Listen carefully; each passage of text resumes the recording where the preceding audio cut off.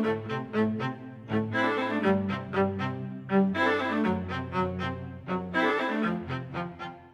name is Zac Goldsmith. I'm the MP for Richmond Park and North Kingston and was elected for the first time in May last year. So I'm on the campaign trail today trying to persuade people to vote no in the AV referendum. And the reason I want people to vote no is that it does not represent the kind of change that we need. It barely represents any meaningful change at all.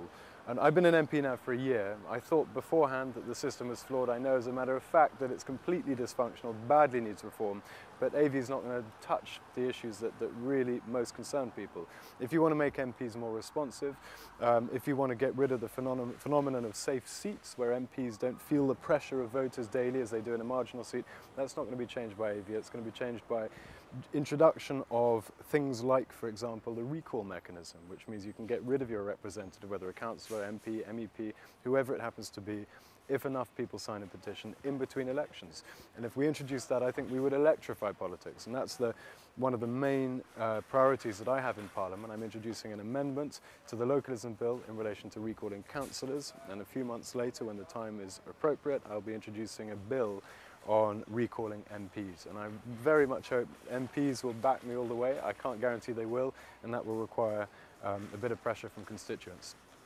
I mean, one of the ways that a backbencher can have an impact on government, on policy, is through select committees, which are made up obviously of backbenchers, and they tend to shadow the departments. I'm on a committee called the Environment Audit Committee, and because the environment is a cross-cutting issue, it has access to all the departments. So we did an inquiry into the Green Investment Bank, and we provided a very robust analysis for the government, said that they needed to make it into a bank, able to borrow money and raise very large sums, very substantial capital, as opposed to a smaller static fund.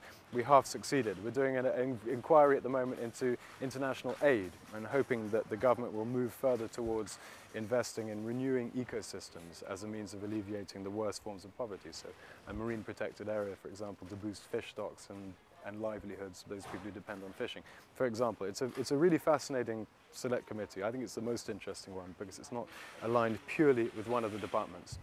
One of the promises I made before the election was that if we formed a government, if the Conservatives formed a government, that we would keep to our promise to scrap plans for a third runway. And I said that if we broke that promise, I would trigger a by-election locally, which obviously I would. Fortunately, the government's kept to its promise, and the issue now relates to night flights. The regime that is currently in place is coming to an end in October. There'll be a consultation, and then a new regime will be introduced. So my job is to work with other MPs and councillors and voters to ensure that the consultation is done properly and that whatever emerges from it is at least marginally better than the current regime, and certainly not worse. So that's going to be a major campaign, a major priority. Look, I think young people are already interested in politics. That doesn't manifest necessarily in big turnout at elections. It doesn't manifest in membership of political parties. But I've been to every school in the constituency, some of them many times. I've had many gatherings with young people, question and answer sessions. They're always well attended. People are always informed and passionate about political issues. So I don't think there's a lack of interest.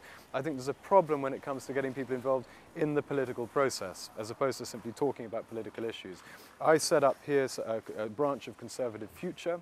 I helped the establishment of Conservative Future, and we've got it right somehow. It was non-existent a couple of years ago, 3 years ago. It's now, I believe, the biggest branch in England by a considerable margin. So whenever we have political events, we have a very large number of young people involved, and that's growing, and we're bringing more and more young people in. I don't think it's a lack of interest. I just think the political system appears and is very remote, and there are things we can do to improve that.